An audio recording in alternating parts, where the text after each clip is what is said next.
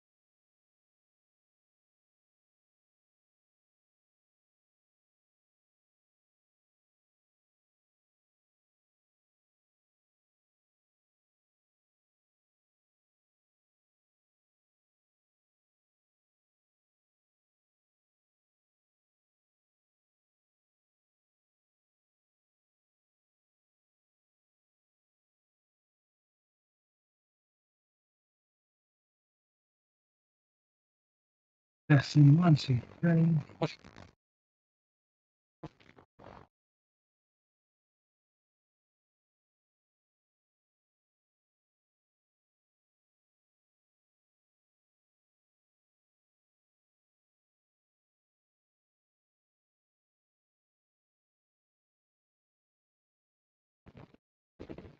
Hello. You know, that's a bit of a nightmare to be on the internet. Oh, yeah, there we go.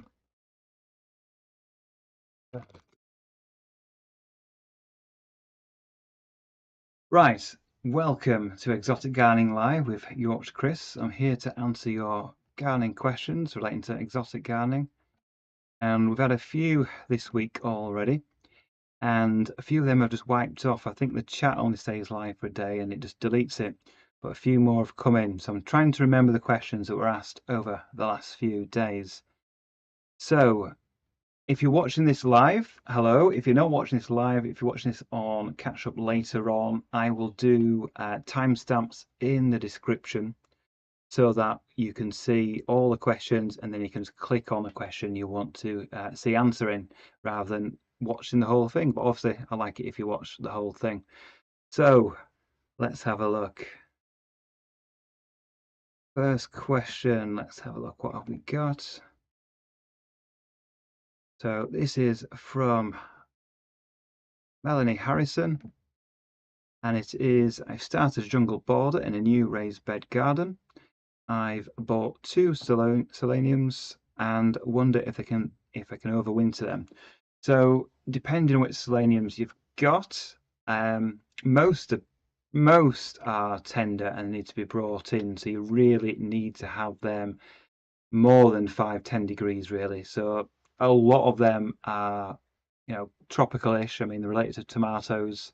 But at least 5 degrees for most. It depends which type you've got, but definitely 5 degrees or above, so definitely frost free.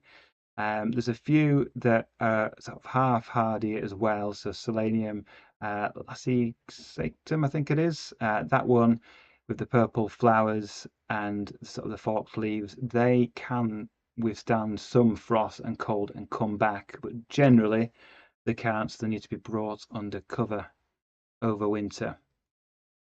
So let's see who's in the chat. I've not done this since March. It's been a long time since I did a live stream. I'm just going to see who else we've got. So hi Melanie, hi Mr. Chuffy, hi Mr. Tidy Garden, hi Angela. So I will go through the comments.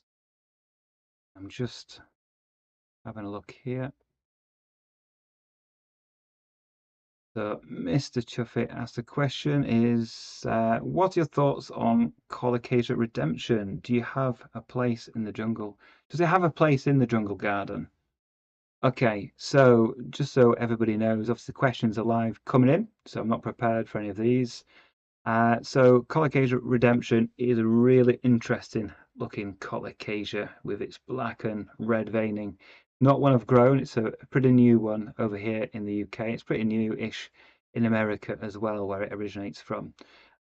Definitely fits in with the exotic theme. Whether or not it's a good grower, like I said, I've not grown this one. I've seen a few people grow it and it seems to grow pretty well in the summer months. How it gets over winter, I would suggest or edge my bets and say it's going to be definitely tender, so it will need to be kept frost free as well. Don't think this is one of the hardier types, but I'd like to be proved wrong. So if you're growing Colocasia Redemption, let us know in the comments. I don't think this is going to be a hardy one, but it looks spectacular. I've seen it's grown by a few people. A few UK nurseries seem to have it this year, so it's a good one to get because it looks so different from so many other colocasias, but I would guess it's one of the tender ones.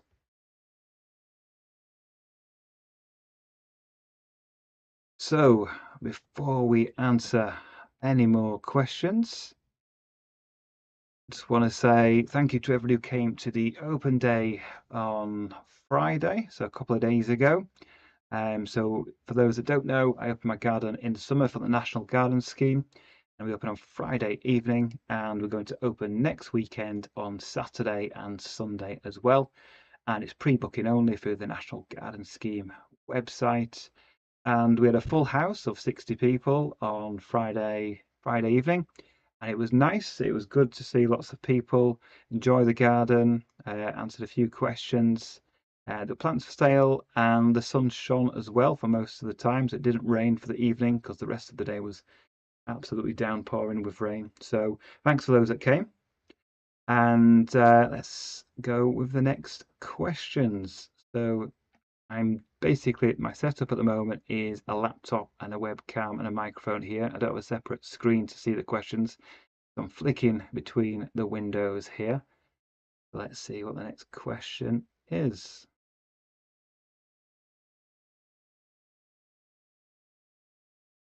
The next question is from Angela. Hi, Angela.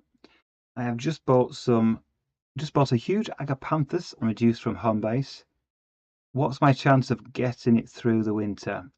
Is it something you've had in your garden? Thanks, Chris. So, Angela, yes. So I do grow Agapanthus, and this time of year they're basically in full bloom. But if you do go to garden centres now, a lot of them are starting to mark down a lot of summer plants, starting to think of autumn and winter bedding plants already, and Christmas, dare I say it. So you can actually pick up lots of bargains at the moment. And Agapanthus are one of these plants that they seem pretty expensive, really. Most of them seem to be sort of, well, most I've seen this year are between 13 and 40 pounds for a pot of Agapanthus. So they're not a cheap plant, but they are a fantastic plant for the garden from South Africa. Blue, white, purple flowers, like globe-shaped flowers. There's two types, or two main sort of types. You've got the evergreen ones and you've got the deciduous ones. The deciduous ones are definitely hardier on the whole and will come back year after year in the garden, whereas the evergreen ones are tender to half hardy, so not all of the evergreen ones will make it through winter in most of the UK. I've got 4 planted out at the moment, and a couple are a couple are evergreen and a couple are deciduous. And we had pretty cold winter last year. They've all come through the winter. They were not mulched or anything, but they're in nice free draining soil.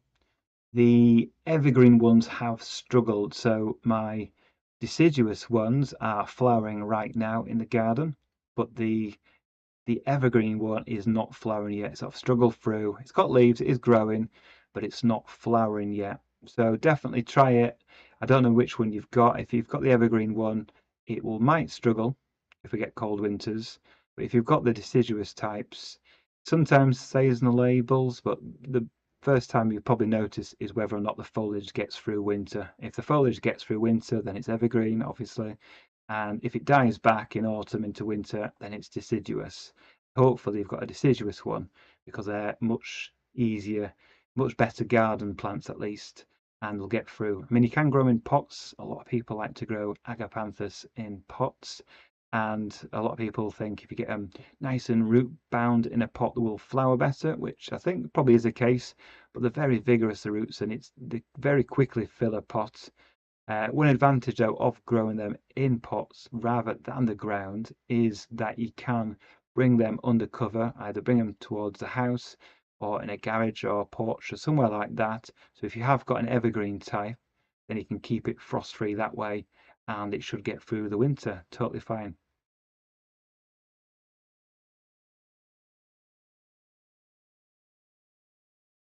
So I hope that answers your question, Angela. So just give it a go, and hopefully you got the deciduous type. Next question, let's have a look. This is from Nick Craggs. So I'm just going in on the screen so I can actually read it because, like I said, I've got it set up with 2 screens. So I have a Musa that is pupping. What is the best way to split them off?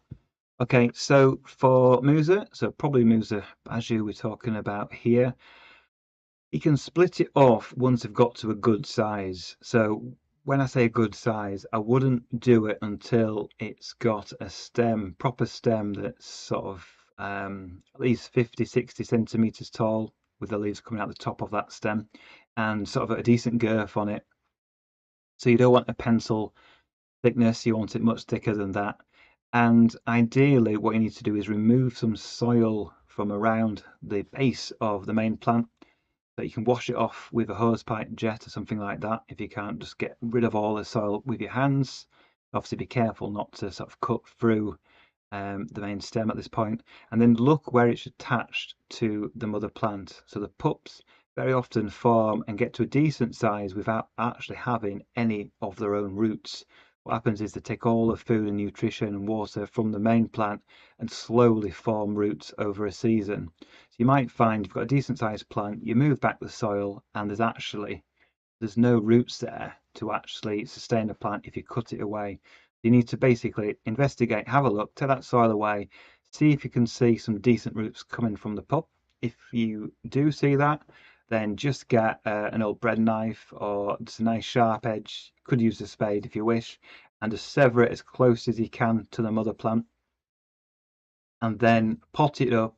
I'll pot it up rather than planting it out at this point. I'd pot it up in some decent compost with some perlite added as well, and then keep it well watered. Probably cut off a few leaves because it will have transplant shock, and keep it going for, well, it depends when you do this. I mean, if you do it now, keep it going all season so it's well rooted in a pot, and then I'll keep it frost free at this point and plant it out the following year. If you did it maybe a couple of months earlier, so sort of in May or June, you could probably get it rooted and happy in a pot for 6 to 8 weeks, and then you could plant it out at this time of year so it establishes and gets through its first winter outside. But yeah, as long as it's got some decent roots on it, it'll be fine. But it normally needs to get to a decent size before it starts forming its own roots. Hope that answers your question, Nick. And just so you know, the plan is to keep answering questions. We'll probably go for an hour, and we'll probably stop after an hour, and we'll stop earlier if we run out of questions. So, I better double check because I've been talking now for a good 10 minutes or so. I'm just checking everybody can hear me. I have got the microphone on. I'm not too loud. I'm not too quiet, hopefully.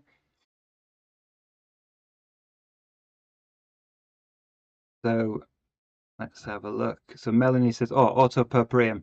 So Otoperium, going back to the selenium question, yeah, keep it frost free. So +5 degrees in winter in a pot, and they can plant it out the following year. You can cut it back as well, and it will sort of shoot as well. But ideally, yeah, keep it above 5 degrees in winter. It can survive going down to freezing, but it won't like it too many times. So it's not one for planting in the ground and thinking it'll definitely get away with it. And it's not one you can really sort of protect in situ. It does need to be either kept as a potted plant or dug up and brought in, or grown from seed every year or every other year, and then sort of let the plant, succumb to the winter and just have backup plants for the following season.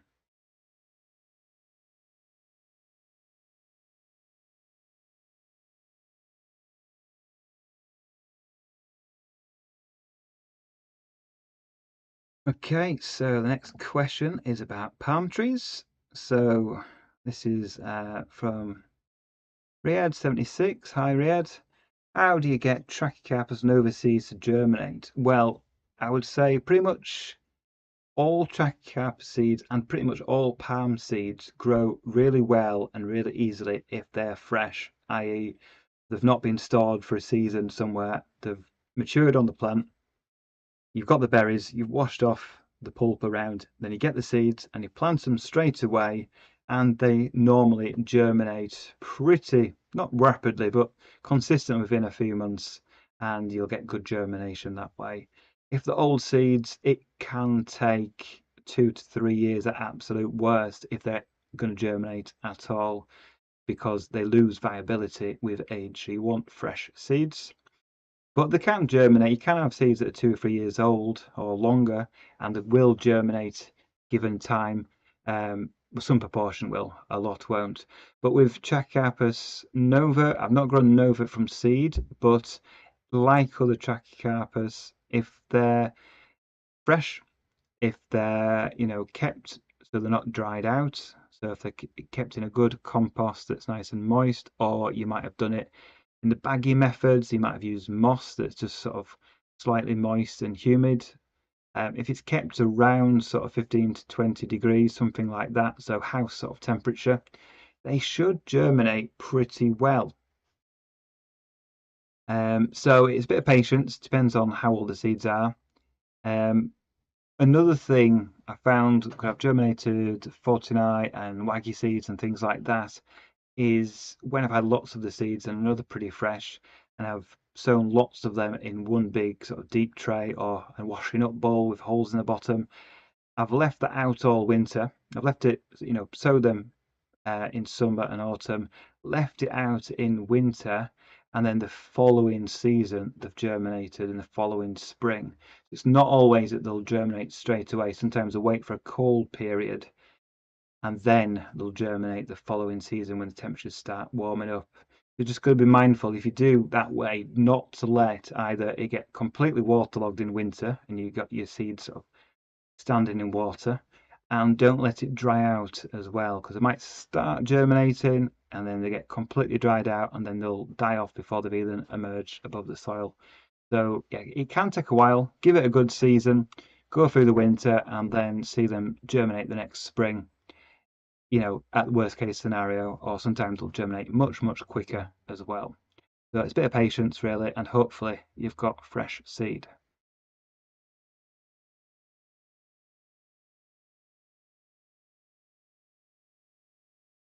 So Mr. Truffet, I think you're referring to the Colocasia that we mentioned earlier, Red Redemption.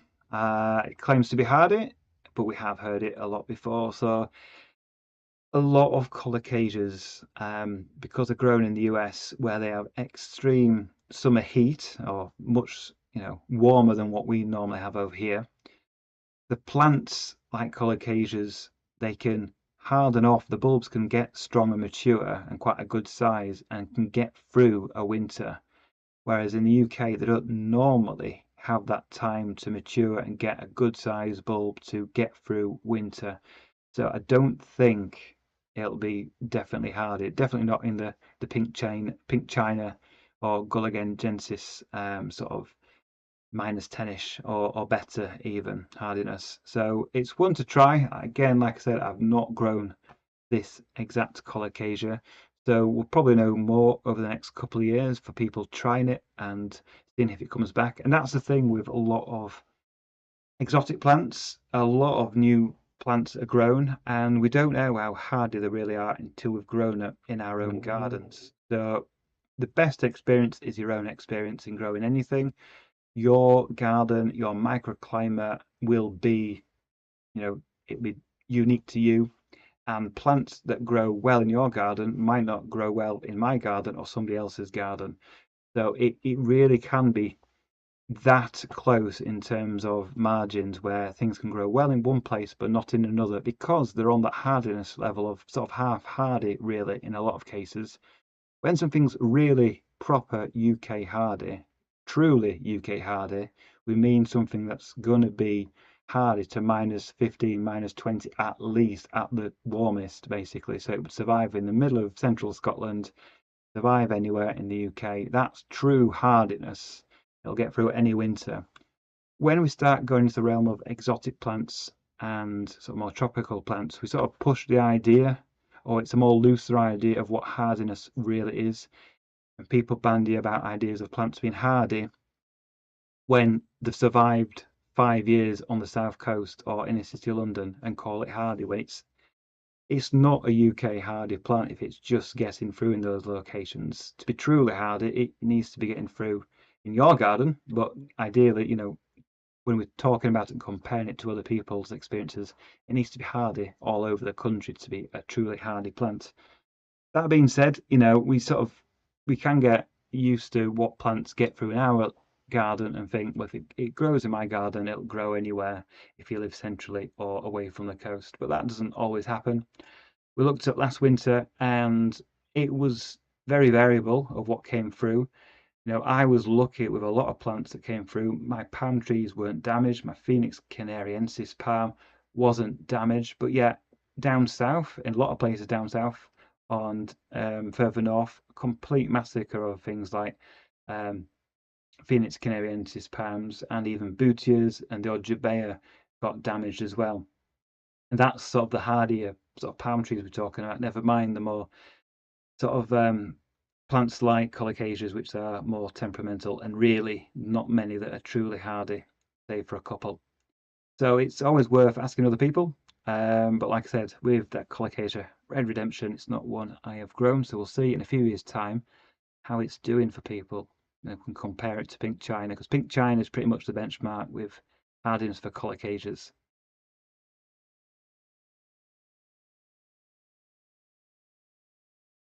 Next question again from Nick Craggs. So looking forward to see you and the garden next weekend. So yeah, as I mentioned earlier, the garden is open Saturday and Sunday 10 till 5 with slots every hour. We've got slots. People can book tickets through the National Garden Scheme website to have a look around the garden, ask me questions.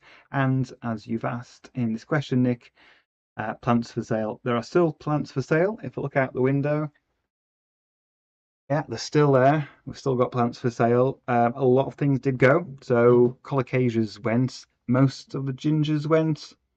And I'll tell you what was really popular was Clerodendron bungii, which is a very, very hardy shrub, but looks really good with this time of year, and it's about to flower. So that was really popular and sold all those as well, I think.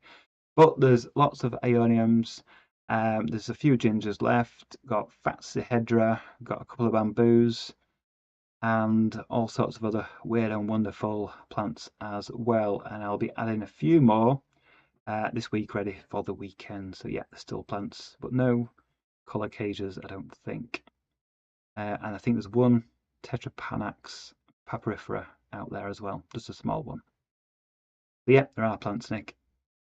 So let's have a look. What else have we got?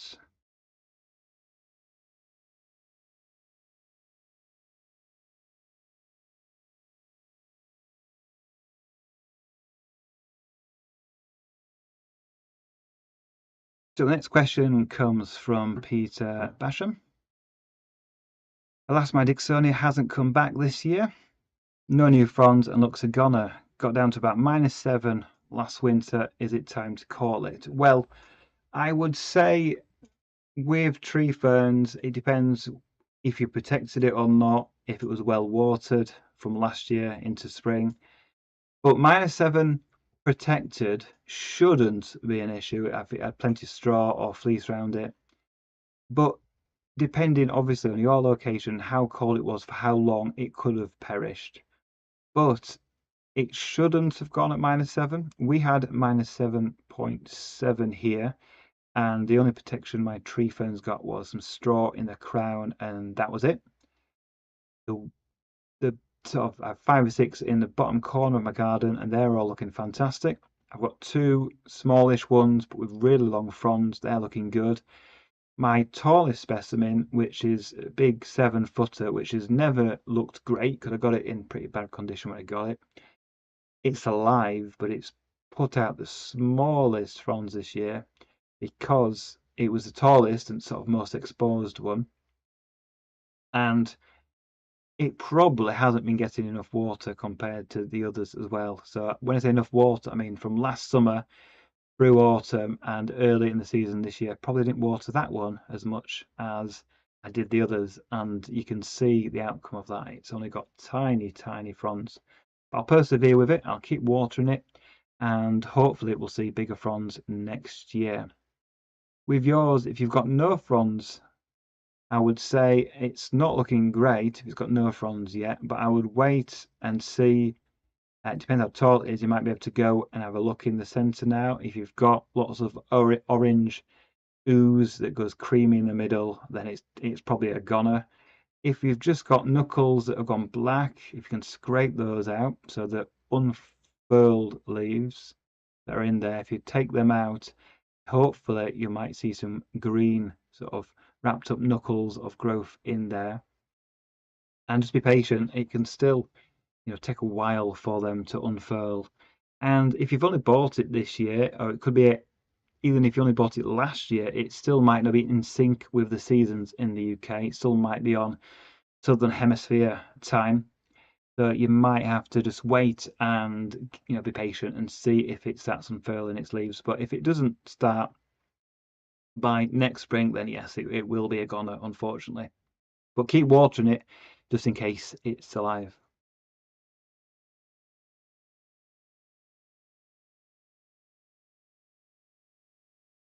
Right, let's see what's next. Hi Andy, this is from Andy Chase. I have a huge 15-year-old Vincecanariensis. This year, the leaves in the centre stopped growing, went brown about 3 foot into growth and died. The centre, however, appears solid. Will it recover?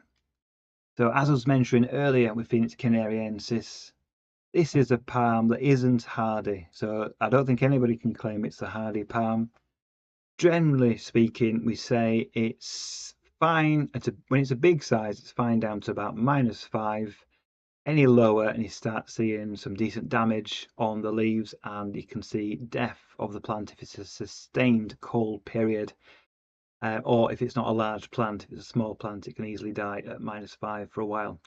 Saying that, like I said, my back garden was -7.7. My phoenix in the front was totally untouched, but it was east facing. It gets early morning sun. I think that helps a bit. And also the bamboos over it, sort of arch over it when it snows, it protects it a bit as well. So let's see, your questions referring to a 15-year-old. So you must be in an area where, you've had an established plant for 15 years. It's got through some pretty cold winters in the past. So you've got through the beast from the east. And if it's 15 years in the ground, then it must have got through winter 2010 as well. So you're probably in a southern location or coastal location or in a city location. So you've said the centre stopped growing, went brown, and the 3 foot into growth bit. And so did it grow for 3 foot, the leaves, and then died off, or do you mean everything above 3 foot has browned off? So if the centre's still solid, it could recover. Normally after winter, if it's dead, when it warms up, the whole plant goes brown pretty quickly, or the center goes brown extremely quickly and gets spear pull, and it just pulls out very quickly because it's rotted over winter. So it's not quite clear exactly how yours has fallen in terms of which category it's happened, as it's got a solid center, but it's got some brown damage as well. I would definitely give it another season. If it's got a solid center, you've still got green, I would say it's probably alive and it's probably sulking, and it should recover next year, providing we have a mild winter this year. So yeah, give it some time, be patient with it. Especially if it's 15 years old, it must be a big plant. These grow pretty quickly. I imagine it's a very large plant by now. So fingers crossed it's got through the winter. So let's see, next question.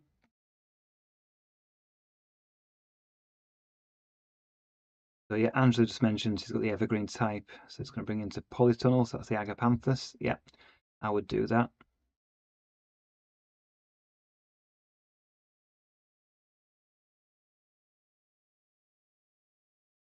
Okay, the next question. I have 3 cycads. One has flushed this year so far. On average, how often do your cycads flush? Well, honestly, they normally go 2 years between flushes, so they're extremely slow in my location. They'll flush 1 year, have the nice leaves in the summer, and they'll keep them leaves if it's not a really cold winter for at least 2 more seasons, and then third season it will flush. So it'll miss 2 years and then flush on the third year basically. But they can flush 2 times a year in ideal locations. Most people say they flush 1 year, have a dormant year, and then flush the next year. But for me, it's a bit longer than that. And you normally, like you said, you normally get the main crown of leaves, and then you'll often get little pups around the side. And the little pups might flush at different times or intermittently, so they might not both flush at the same time. So provided it's not all soft and gooey in the center, then it's going to be alive. And obviously, if you've got nice green leaves on it now, it's alive and it'll be doing well, and it might just take a year or two before it flushes again. So they are slow plants, but when they start into growth and start unfurling new leaves, then it does grow very quick for a few weeks, and then it'll just sit there for a year or two before it starts growing again.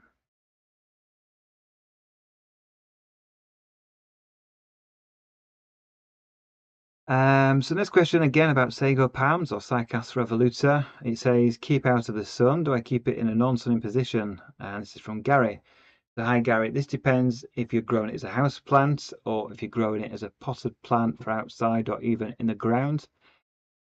You don't want to put it in sun if it's been in the indoor section of a garden centre all its life. You want to put it into shade to begin with if you're going to be growing it outside, and then harden it off. So put it in shade for a week or two and then gradually bring it into a more sunnier position.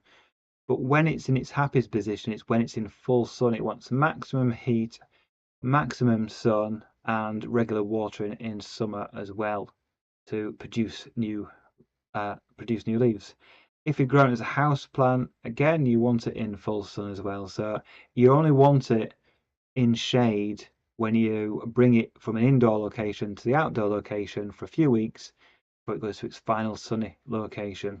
Because if you put a plant that's been indoors all its life straight into full summer sun, it burns the leaves. Even if it's a really hardy plant, it will burn the leaves, and then, as we've just mentioned, it can take a long time to regrow new leaves. You want to make sure with sago palms, Cycas revoluta, that you really take care of the leaves and you don't let them get damaged at all. It could take so long to produce new leaves. See where we're going now.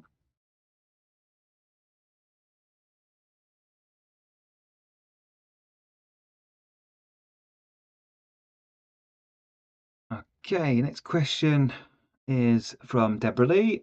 What's your favourite garden tools for hard to reach foliage? Petrol, cordless, or corded? Just really for safety for me, I like using sort of electric rather than petrol. I've never used petrol tools. I know a lot of people do, and they have more oomph and they're stronger. But I think they're generally heavier to use. Obviously, they make a lot more sound, and obviously you got the maintenance costs with looking after the motor on that as well. So I prefer sort of electric. Cordless is good in terms of being able to, for safety, not having wires about. But I was given a corded strimmer, and that's what I use. I do use a corded one. I have cut through it, the cord. But if you've got the proper setup of RCD, the circuit breakers, then you won't come to any harm. Because as soon as you cut through that cord, the power is cut straight away, and you're not electrocuted. That's the whole point of the safety features built into the circuit board onto that. So that's what I like to use. I use electric. But it depends what you're cutting as well, because if you're just doing a bit of trimming of just leaves, we're not talking about cutting branches or anything like that, just doing foliage, then electric is fine. I think if you start thinking about cutting through a bit of wood and thicker branches, then you're probably better off with petrol or getting somebody else to do it who likes doing that sort of job. But I like to use electric, and just because I was given it, I've got a corded one rather than a cordless. But they do get heavy when you're holding power tools like this, especially if you're sort of trimming sort of above your head. Your arms start aching using these tools because they are heavy. So you just have to take your time with them.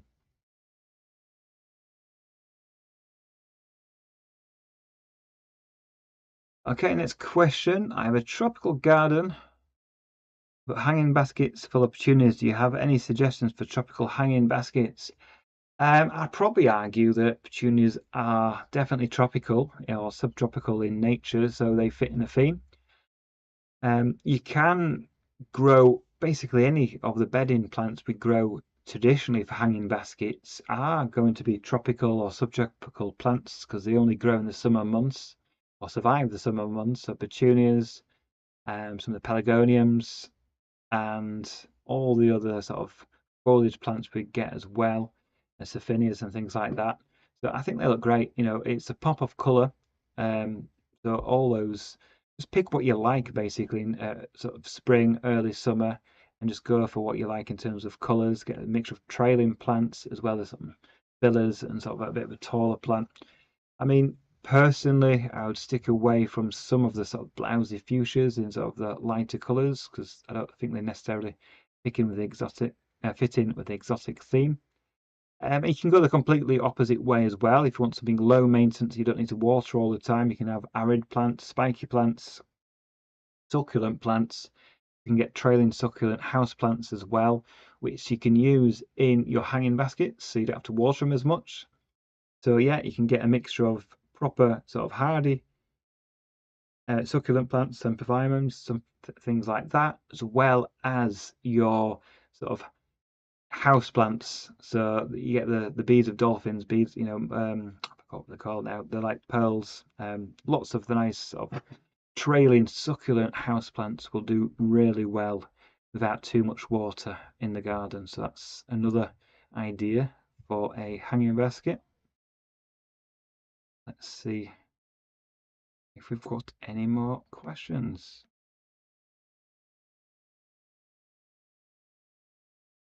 Not a question, but this is from Great Northern Exotic Garden. Hello, good evening to everyone. Hope you're getting your questions answered. If you've got any more questions, put them in the chat and I'll do my best to answer them.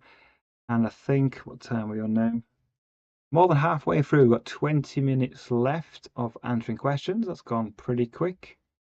And like I said, for anybody watching on, so catch up on YouTube later on, so not watching live, I'll do the stamps below as the timestamp, so you can just fast forward to the question you want answering. See if we've got any more questions. The Great Northern Exotic Garden has asked a question, and it is, which UK garden or gardens have you not yet visited but would like to? Great Dixter, East Ruston, Hull Vicarage and Tresco Abbey for me. Yeah, I would love to go to Great Dixter because that is a garden down in the southeast of England, which was created and designed by the late Christopher Lloyd, and I've got one of his books on colour in the garden with lots of exotic plants. Fantastic read if you find a copy of that book. Got lots of inspiration of really wonderful tropical exotic looking plants. So that is definitely a garden I would love to see. In fact, anywhere in the southeast would be great because I've never gone to the southeast really, apart from the furthest I've got in the southeast is London and then Dover basically, and nowhere in between. So I've never been down to Kent or anywhere like that.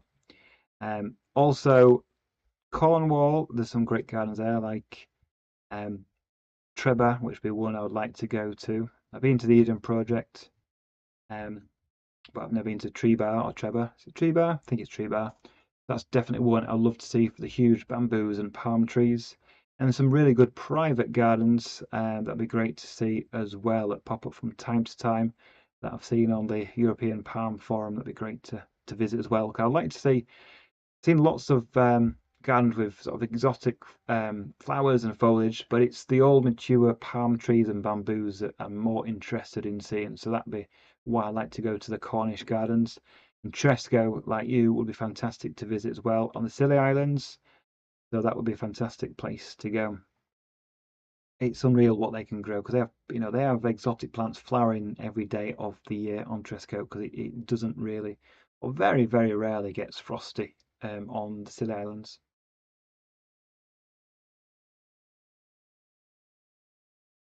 Let's see what the next question is.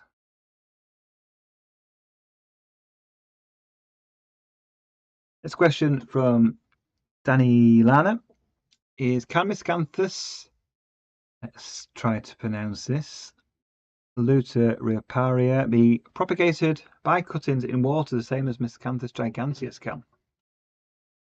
For those that don't know, this Miscanthus is a bit of a runner. It can be a bit of a thug. So it's not one I grow, but I've seen it. It looks fantastic. It's one that I consider growing in the future, but it probably would benefit from having some root barrier around it because it can spread. Looks fantastic though. Absolutely gorgeous stems, or bluey purple stems. And it's a large grass as well. In terms of propagation, I would probably just go from the division way of propagating it. I've not tried to grow Miscanthus in water, so I can't comment on whether or not Miscanthus Luteriparia will also be able to be propagated in glasses of water. So if anybody else knows, feel free to comment on in the chat and we'll get an answer for Danny. But I would, yeah, because it does run and it can send out lots of the rhizomes under the ground, I would probably divide it that way. I know it's a lot easier if you can do it in water. So if anybody knows if you can do it that way, let Danny and I know. But it's a fantastic plant, so it's one to Google. Have a look at this one, but just be mindful of the fact that it can spread quite a lot if it's happy. But it's huge. It grows at meters and meters tall. Okay, what have we done here? Looks like I've lost my chat. Have a look. No, there we go. Good. Just put that back on my side. Right, okay. Next question is,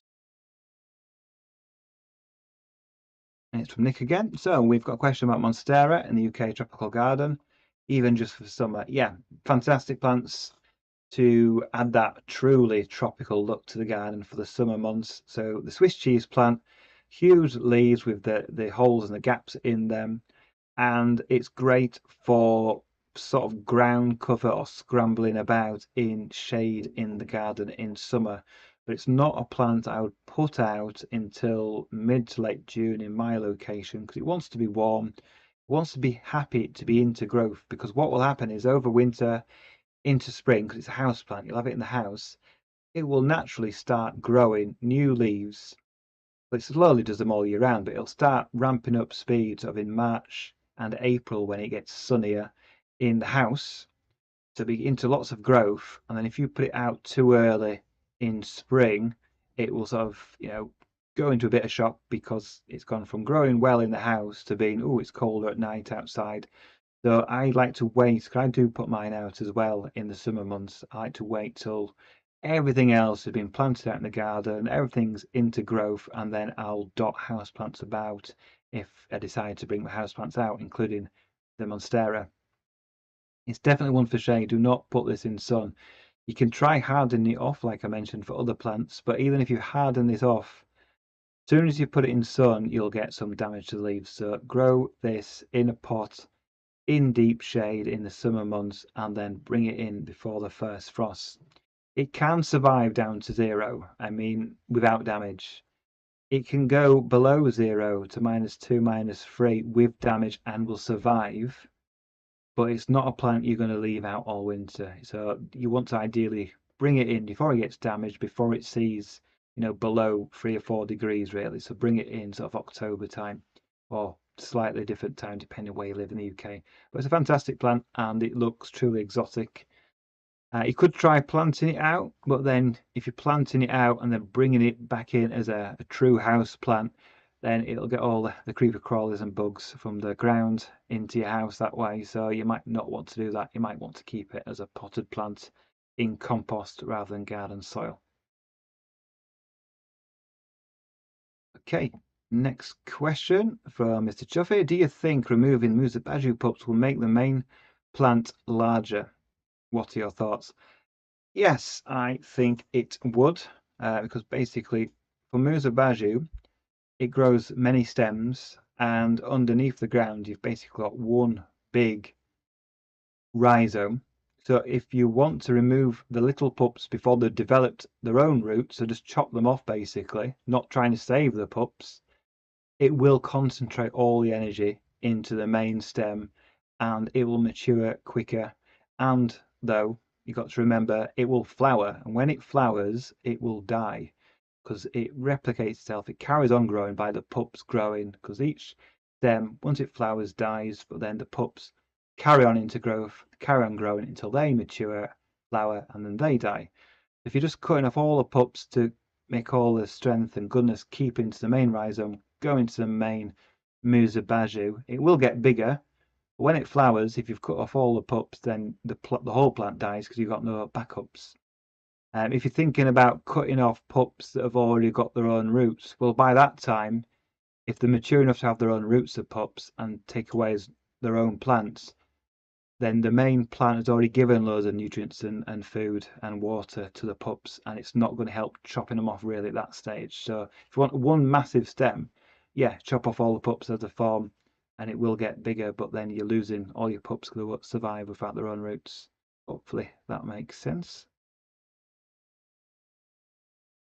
See if there's any more questions. I should have a clock really so I can see what time we're on.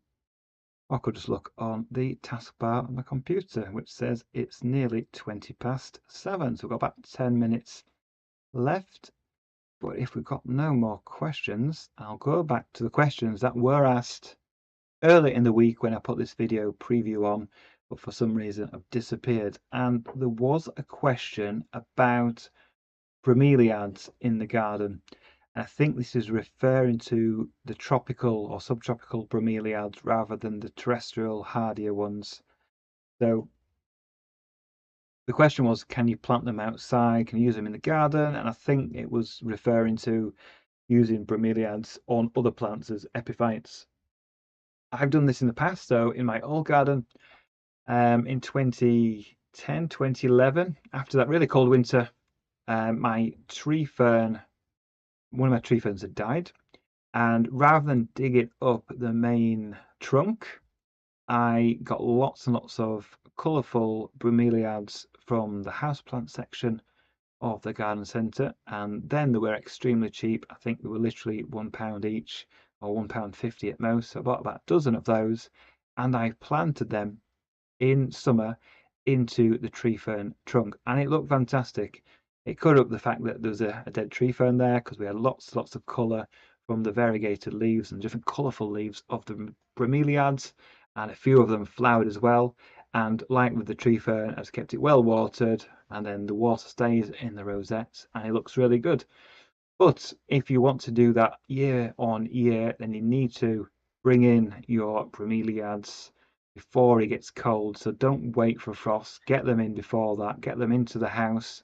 Keep them nice and warm over winter, and they'll carry on growing and then can do the same process year after year. Although be mindful of the fact that most bromeliads that we grow like this, the last sort of 2 or 3 years flower, that main rosette dies off, and then the pups, the little rosettes around the side, will carry on the process for that. I think there was another couple of questions again that disappeared, so I apologise for that. I don't know why they disappeared. And I think I've answered everyone's questions. So we're nearly coming up to the hour. So I'd like to thank everybody for contributing this evening to this edition of Exotic Gardening Live. I'll do another one, I'm sure, in the future. And if you've got any more questions, you can ask me then or anytime on a YouTube video. So thank you for watching. Hopefully the weather improves. I think the weather is going to improve. So by the middle of this week, definitely by Thursday, we might even see 25 degrees in the country. So we might have some nice warm sunny weather back. And by next weekend, when I've got the open garden days, it should be nice, warm and sunny. So hopefully I'll see a few faces in the garden next weekend, and I'll see the rest of you on my YouTube videos in the future. So thank you for watching.